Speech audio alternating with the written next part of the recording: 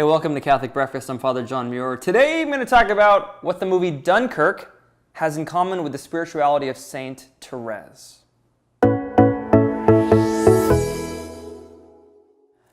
Hey, I just saw the movie Dunkirk. Loved it. I'm a Christopher Nolan fan, but I want to talk about his recent movie, Dunkirk. The story that Christopher Nolan tells about it is fascinating to me because it's the story of a kind of victory through retreat. And as soon as I realized that was the major motif of the movie, I started thinking a lot as I was watching the movie about one of my spiritual heroes, one of the most influential saints, which is Saint Thérèse of the Child Jesus, the Holy Face. Sometimes people call her the Little Flower. She said this in her autobiography: "Every time the conflict is renewed, at each challenge from my enemies, I give a good account of myself by meeting them face to face. Oh no, only a coward accepts a challenge to a duel." That line is really gets at sort of the paradox of what we mean by Catholic or Christian spiritual combat. She says only a coward accepts the challenge to a duel. What's a duel? Your enemy says, "Fight me." She says, you're a coward if you accept it. Why?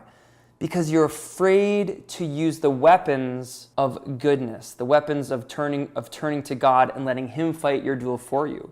So in the movie, here's a great image of what she's talking about. Mr. Dawson, this elderly man who's taking a civilian boat from England to France to pick up soldiers.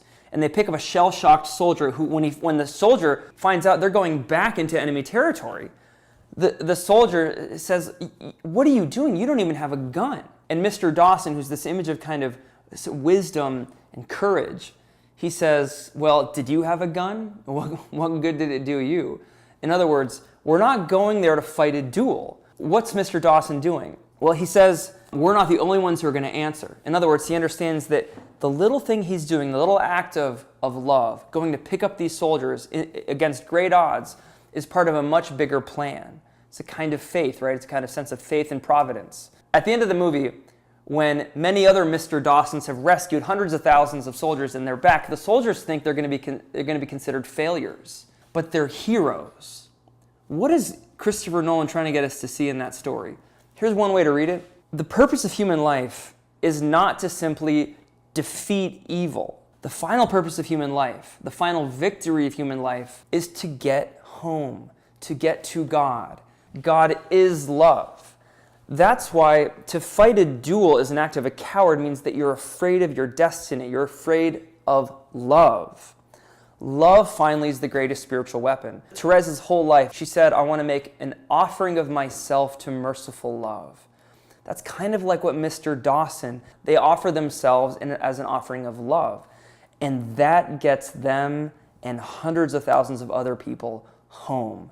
That's the truest victory that the movie is speaking about.